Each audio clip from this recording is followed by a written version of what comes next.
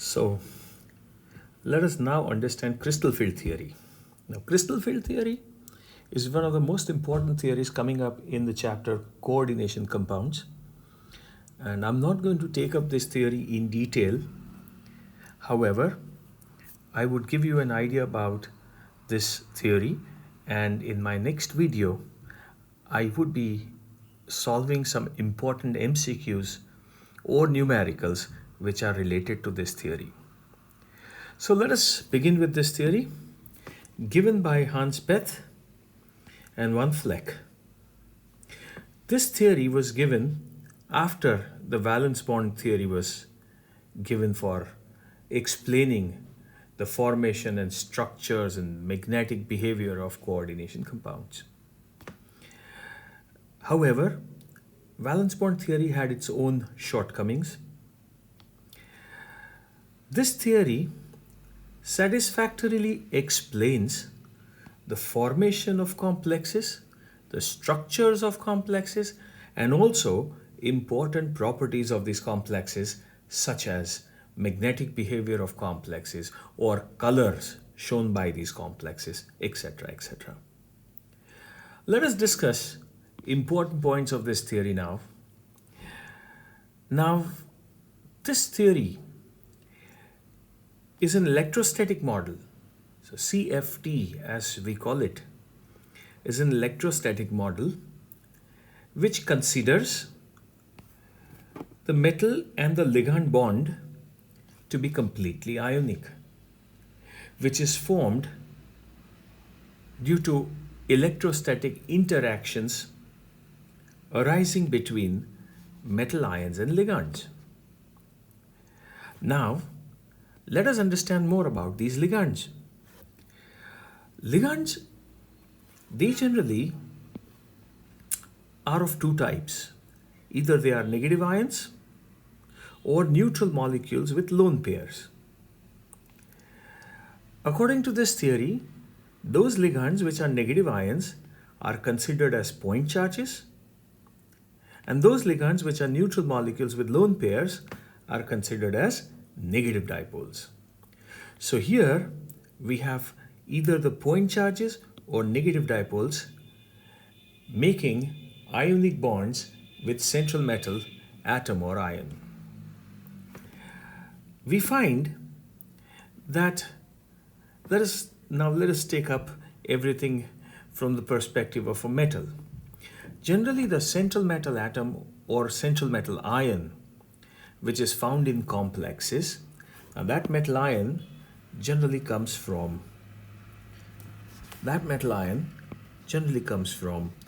D block of periodic table, and hence most of these metal atoms or metal ions will have d orbitals in their valence shell. Now, under normal circumstances, for a neutral gaseous atom or an ion in isolated form, we find that all the 5 d orbitals which are found in the valence shell, they are all degenerate, right? So just trying to first of all tell you what d orbitals do we have here, right? We have 5 d orbitals, namely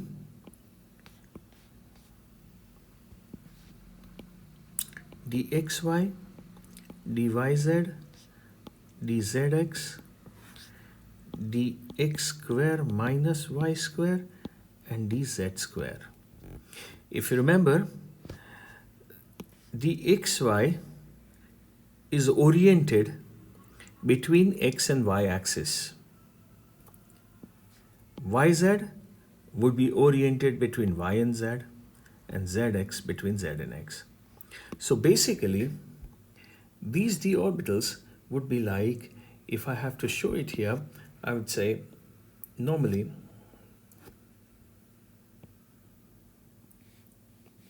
if this is x and y axis, then dxy would be found, the lobes would be between x and y. So I think Sorry. I think you figure out what this is, right? So generally, dxy, dyz and dzx. Similarly, yz would be between y and zx will be between z and x. Dx square minus y square would be found exactly on x and y axis, right? It would be exactly found on x and y axis. Whereas dz square, I think you must be knowing this, that if this is z-axis, then dz square would be given like this. This is dz square, dx square minus y square, right? And here you have dxy. So this is like pretty simple to understand that these orbitals, the first three orbitals,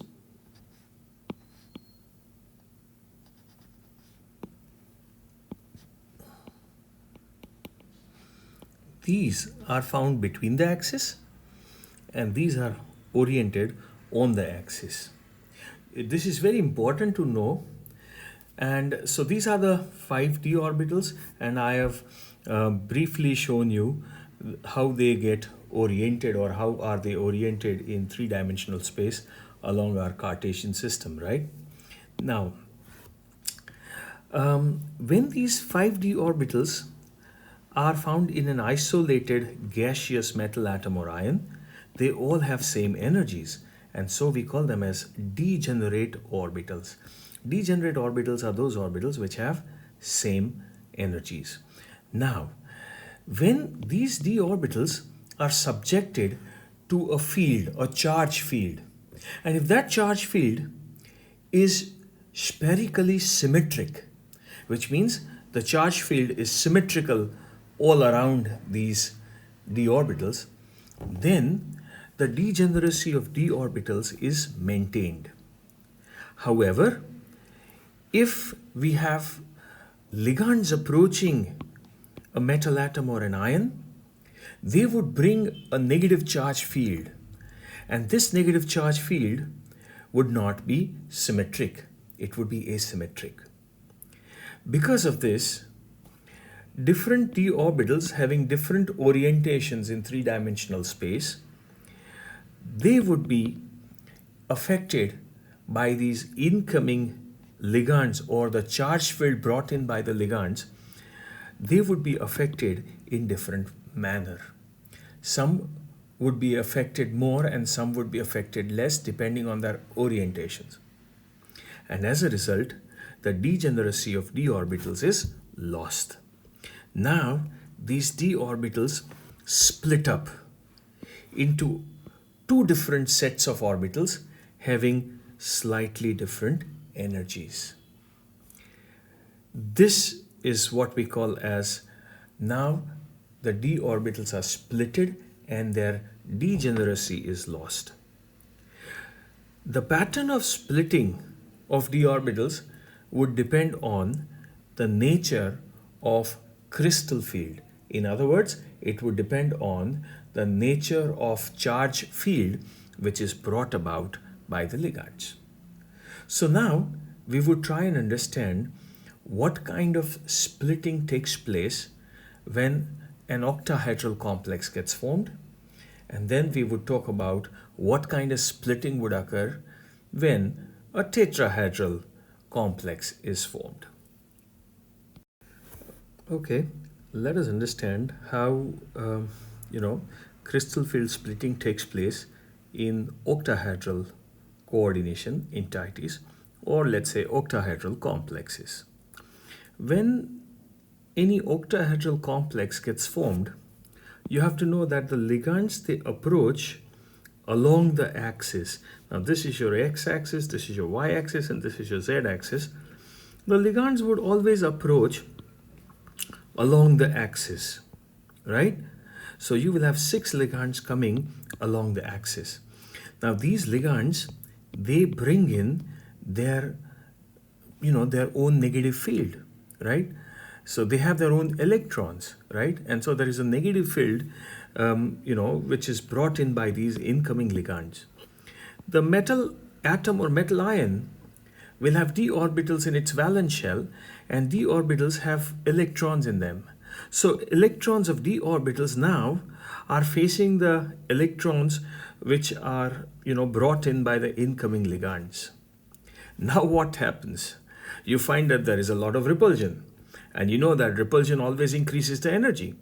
So in a charge field, you find that the energies of all these d orbitals would increase, right? In general, the energies of all these d orbitals would increase. However, certain d orbitals which are along the axis, they generally face these incoming ligands head on. But those d orbitals which have their orientations in between the axis, now they would not face this incoming ligands head on, and hence the repulsion caused in those d orbitals would be less. Now let us understand how exactly this happens. We find that there are two different d orbitals which generally are oriented along the axis, dx square minus y square and dz square. So the electrons which are present in these d orbitals, they would face the electrons of incoming ligands head on, and there would be a greater amount of repulsion. As a result, the energies of these d orbitals would increase more than the average value. See, generally, on an average, energies of all these d orbitals would increase. That's because all of them would get repelled. However, these d orbitals get repelled a little more, so their values would be more than average. And then there are other d orbitals like dxy, dyz, and dzx. Their lobes are oriented in between the axis, as I have shown you before, that their lobes would be oriented between the axis, and because of which the electrons present in these d orbitals would repel less. They would get repelled less. And so we find that here repulsion will be less, and here repulsion will be more. Thus, we find that energies of these two d orbitals would become more than average, and energies of these three d orbitals would become less than average in in this crystal field, right? So in this charge field, right, we find that these would have more than average energy, and these would have less than average energy. Now, this kind of splitting, let us understand through a diagram. But let me tell you, before doing that, let me tell you that the set of these two d orbitals here is symbolically given as Eg, more often written as E and then small g, and these d orbitals, the group of these three d orbitals would be shown as T and 2g, right? So these are spectroscopic terms, but symbols used, right?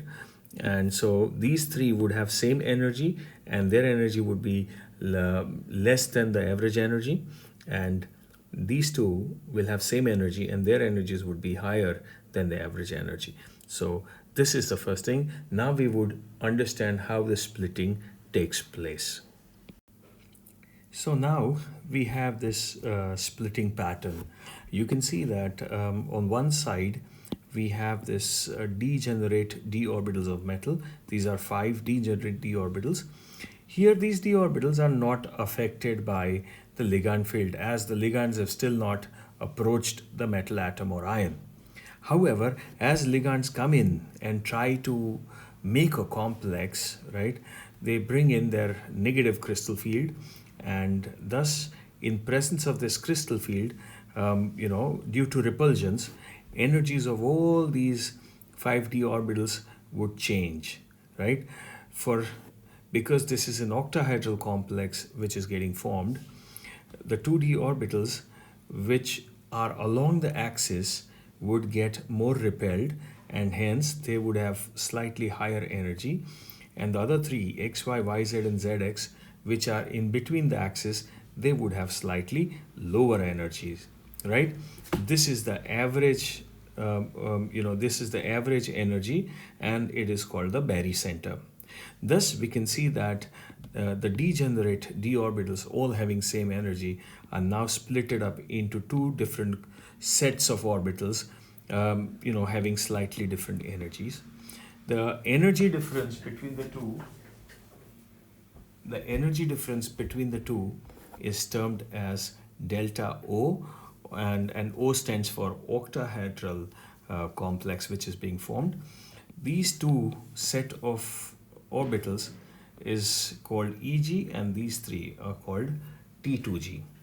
Now it is found that here the energies of these two would increase by 3 by 5, or we can put it a little away. This would be probably plus 3 by 5 delta O, also considered as 0.6 delta O plus, and this would be given as minus 2 by 5 delta O or minus 0.4 delta O, right? So, for dx square minus y square and dz square, the energy increases by about 3 by 5 times delta O than the average, and for xy, yz and zx, the energy of these orbitals decrease by about minus 2 by 5 or minus 0.4 delta O than the average value. So this is how the d orbitals get splitted up, and thus we can say that the splitting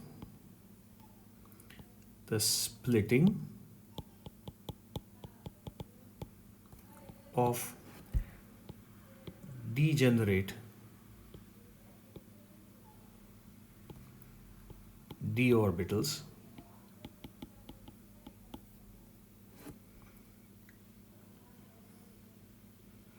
due to presence of ligands in a definite geometry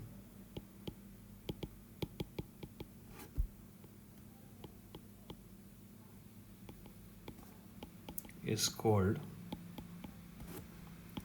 crystal filled splitting.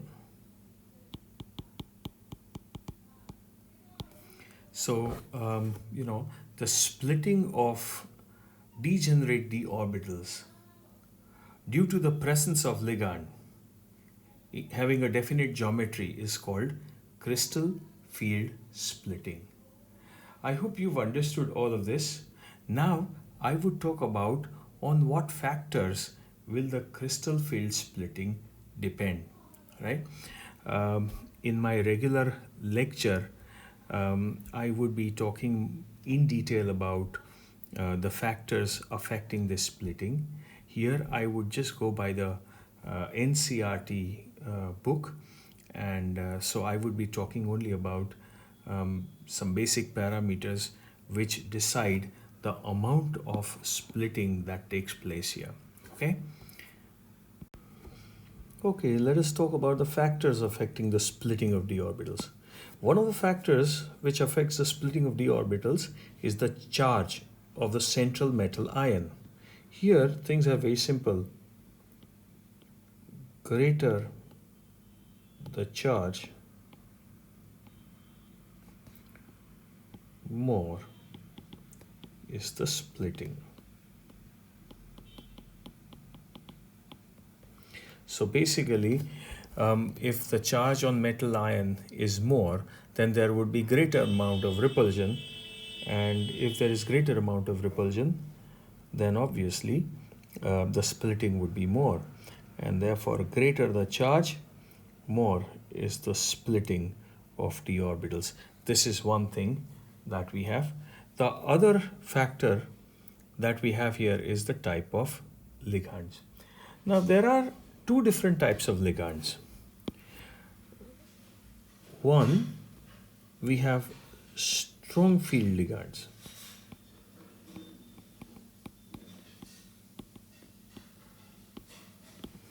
And two, we have weak field ligands.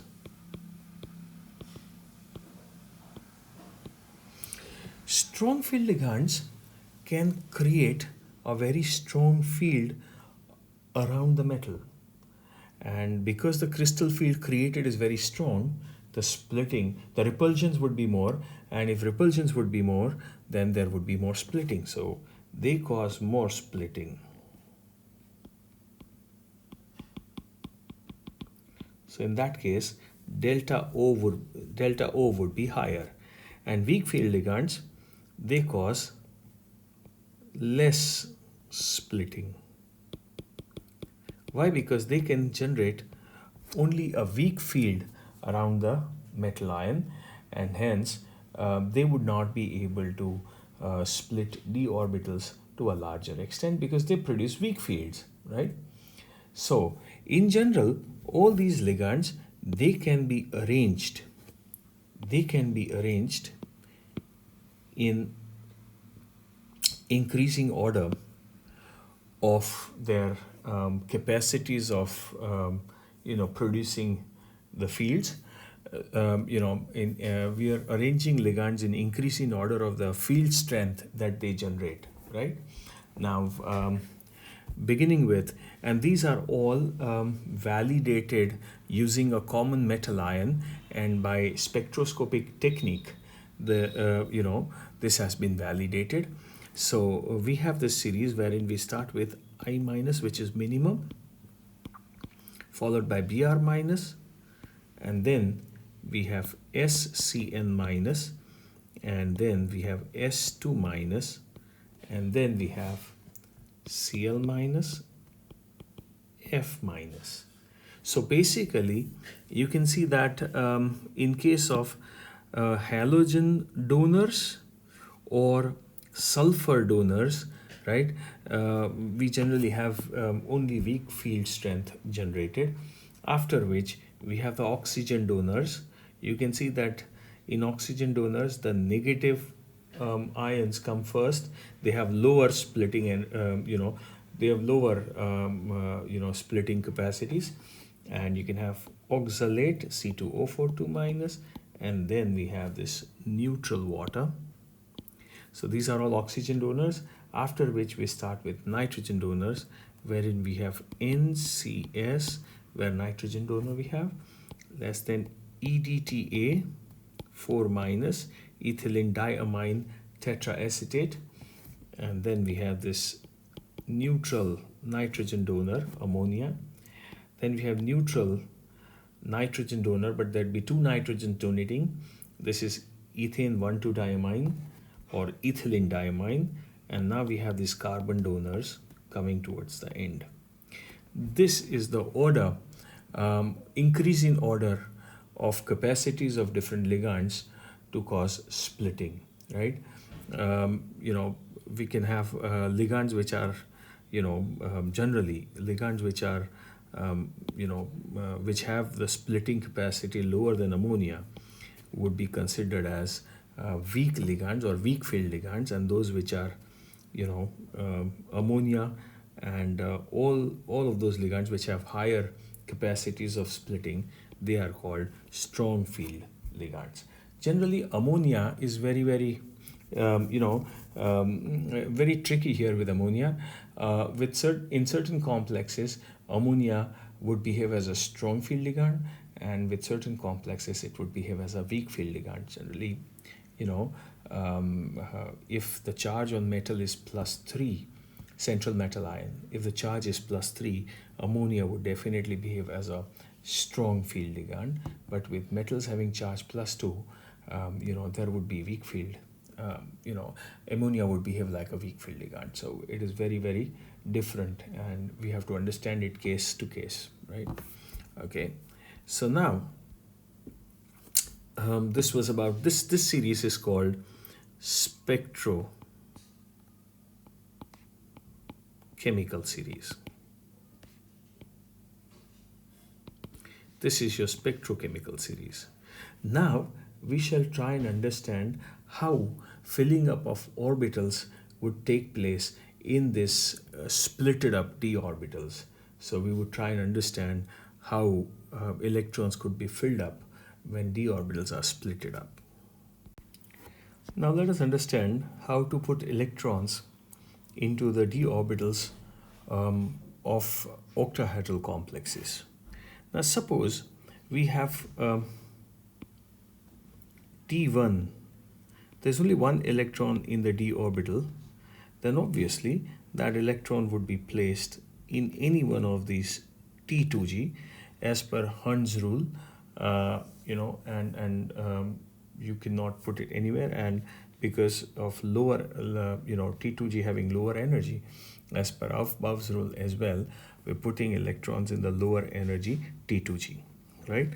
The configuration would be T2g1 EG0. D2 configuration, we put one more electron. As per Hund's rule, we cannot pair up. We have to put the electron in the next DYZ, and we don't have to pair up. The same rules are being applied here, and so we don't have to pair up here. It goes into that lower energy T2g, and we have T2g 2 EG0. D3, if there are 3 electrons in d orbital of metal ion, then we find that the third one would go here, and we have T2g 3 EG0. Now with fourth orbital being placed, there is a small, there are 2 options available. So there's a small confusion here, right? So in D4, you have 2 options. The fourth can go into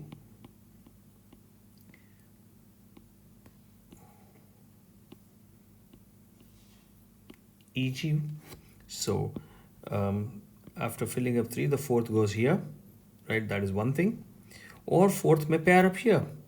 So the other thing would be T2g4 and EG still 0. So there are 2 possibilities. In this case, there would be 4 unpaired electrons, so it would be a high spin complex. And here, there would be pairing taking place. The fourth electron would pair up, so number of unpaired electrons would decrease, and we say a low spin complex also may get formed.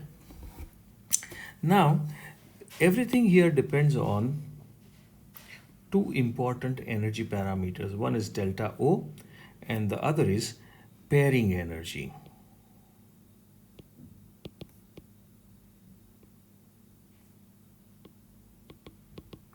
When you pair up an electron, you have to overcome the repulsion between the two, and so some energy is needed for putting an electron into an orbital which is half filled, which means pairing of electrons would always associate some energy with it, and you have to supply some energy to overcome the repulsion. Again, when you try to put electron in higher EG level, you find that you will have to give more energy to the electron to move into any one of these, right? So now, which of the 2 things happen, right, would depend on the 2 important energy parameters, delta O and pairing energy P, right? Now let us understand that if, case 1, if delta O is greater than P, so energy needed in putting the electron above, sorry,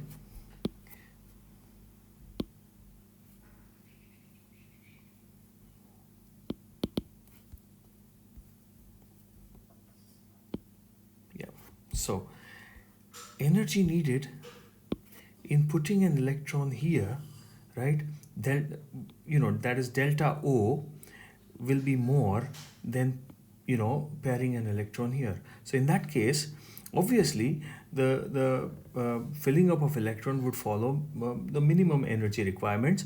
So the fourth electron would enter here because pairing is less and delta O is more. So in that case, you find that there would be T2G4 and EG0, and we say a low spin complex gets formed. Now this would happen when delta O is very large, right? And when can delta O be very large? With strong field ligands. So such ligands, right, which, for which delta O is greater than P, they are called strong field ligands. So when you have strong field ligands forming a complex, delta O would always be greater than P, and in that case, you would always find that low spin complexes get formed. The other case would be if delta O is less than P, which means this energy is less and pairing energy is more. So it is, energetically it is favorable to put electron here because that would require less energy than to pair up an electron here. This would generally happen when delta O is very small, that is in case of weak field ligands. So when delta O is less than pairing energy, then we find that T2G remains 3 and EG 1. The fourth electron goes into the higher EG level and a high spin complex gets formed, right? And such ligands for which delta O is less than pairing energy, we call them as weak field ligands. So now I hope you've understood what strong field and weak field ligands are, and when will pairing take place and when will pairing not take place. It has been found based on calculations that for all complexes having D4 to D7 configuration, right, strong field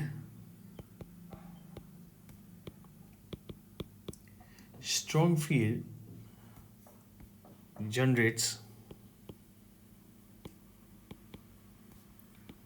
more stable complexes.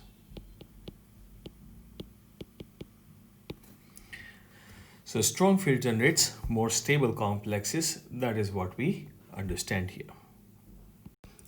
So now let us quickly understand the splitting in tetrahedral complexes.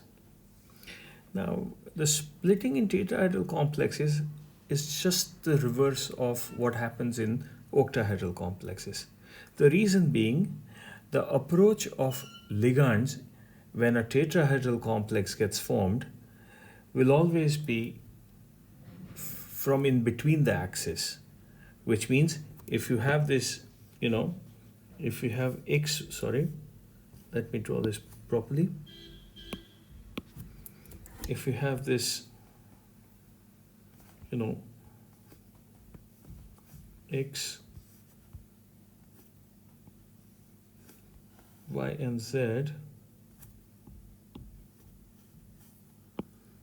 you find that this is, let's say, X, this is, let's say, Y, this is, let's say, Z. The ligands always approach from in between the axis, which means their approach is, from in between the axis. As a result, what happens? Those d orbitals of metal ion, which are oriented between the axes.